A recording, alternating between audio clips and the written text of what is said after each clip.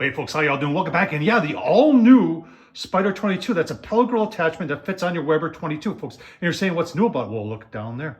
Yeah, this one's got wheels on it, folks. And this is what the Spider 22 should have always had, folks. And I'm just teasing, saying it's all new. It is all new. It's all new to me, but I did the modification. We're going to show you how we do that modification. It's really super simple to do and makes this thing much more mobile so you can wheel it around with the pellet grill attachment on it. And at the same point, makes it really easy to take off so you can go back to charcoal. And you know what? We're going to talk a little bit about this kettle too. Let's get started.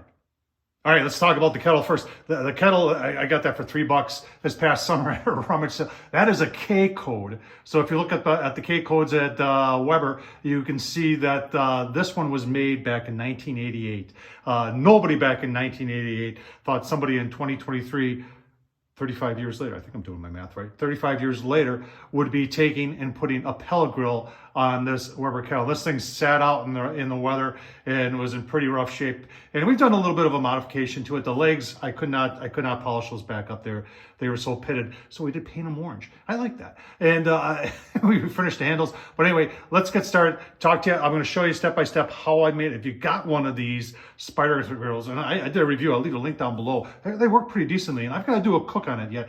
But the first thing I thought about was I got to do a mod to this. And I saw the idea for this. Somebody else did this on, I believe, on the Spider Grills Spider 22 Facebook page. I saw somebody had wheels on the back of it, and I defined it and redid it a little bit, made it a little bit wider, and did a couple other things. But I think it's pretty cool. Let's get started. All right, some of you are going to ask questions about the kettle I'm using. So this is a K code. You see there, K. Wherever I picked this yard sale for like $3.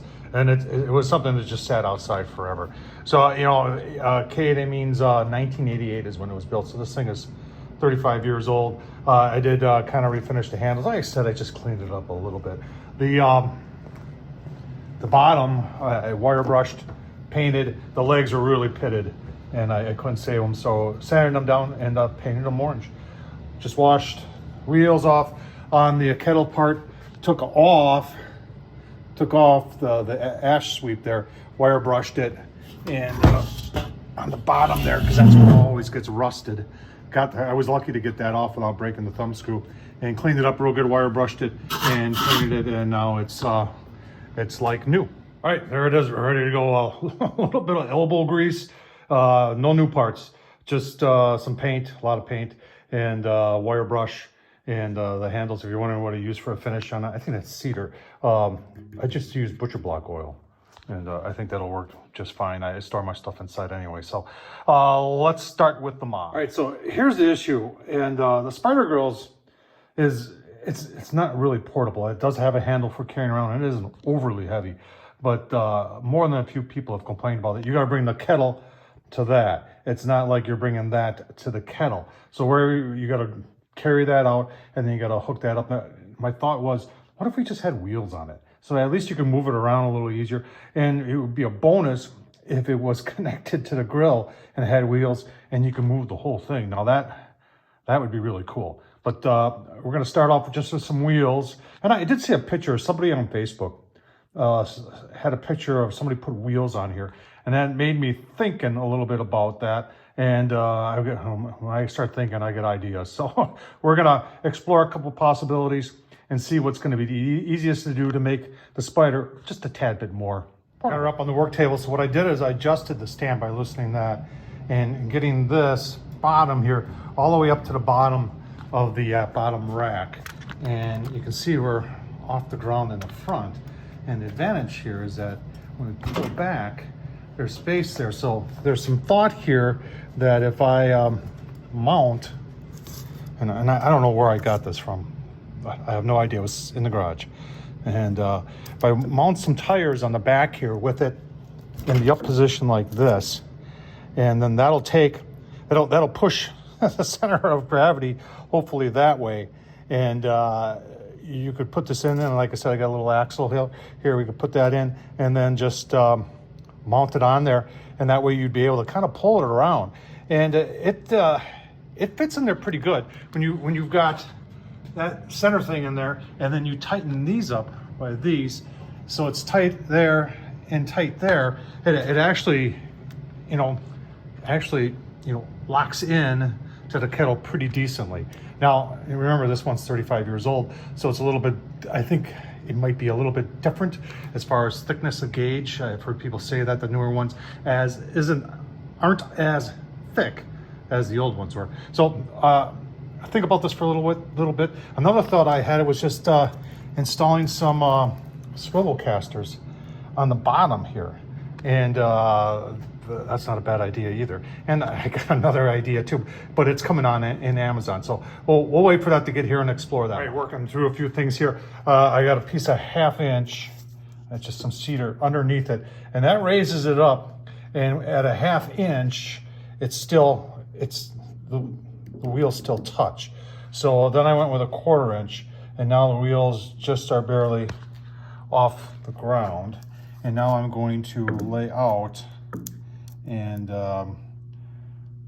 put these wheels on, drill hole. That bar will go right in between here. Now, one of the things that I've noticed that if you go to pick up on the grill, like if I try and pick it up right here, you can see it's pulling that out right there. So the you know, the thought is that the what exhausts the heat and the smoke into the grill would hold that in, but I don't think it's gonna do a very good job. It's not tight, and I'm probably pretty tight right here. So we might need to put 2 screws, I was thinking, to hold this in place. However, so the plot thickens.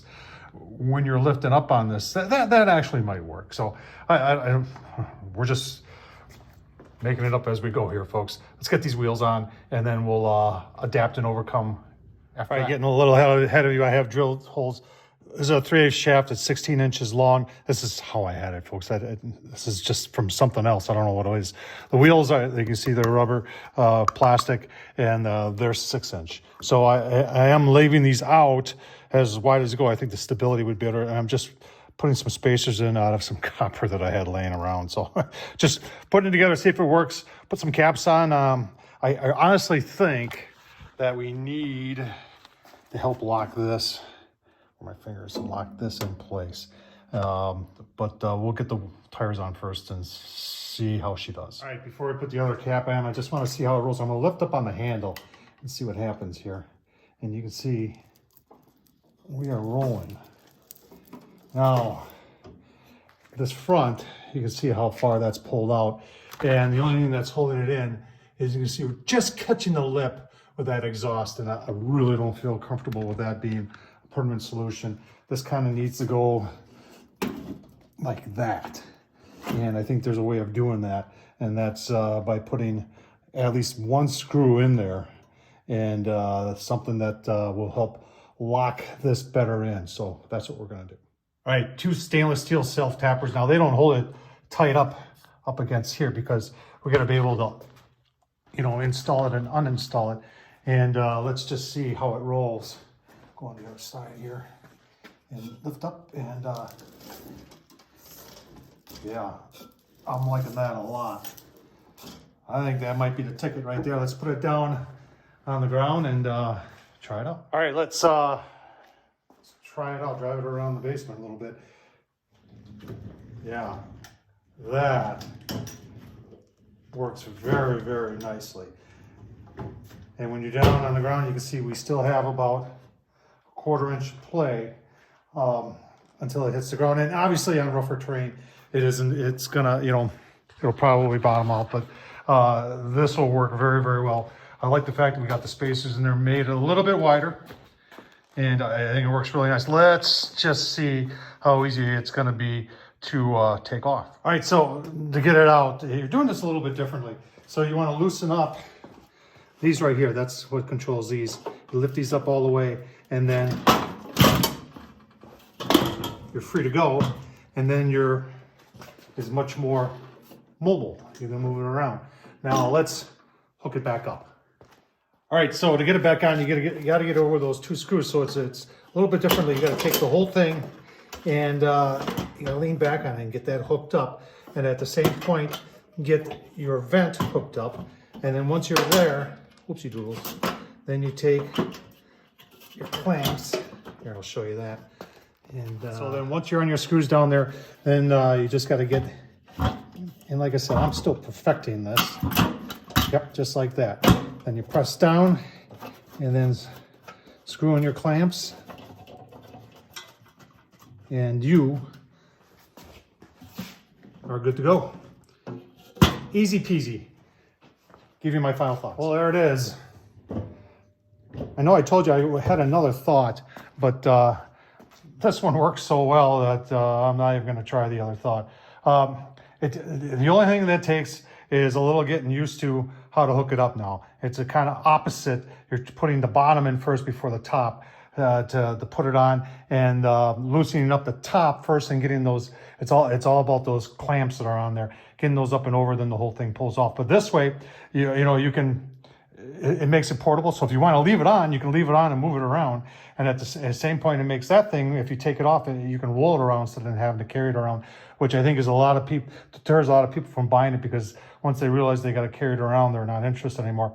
I don't know. What do you think? I think it's a pretty cool. I like the kettle, and I like the idea. In fact, I know I haven't cooked on it yet. I'll leave the link down below to the review. And keep watching Tom Horsman at YouTube. Please subscribe if you have. If you made it this long, please subscribe. And consider supporting the channel and crazy things that I do here with the super thanks. And keep watching, because we're going to do a chuck roast on it. Probably the very next video or in the next couple of videos.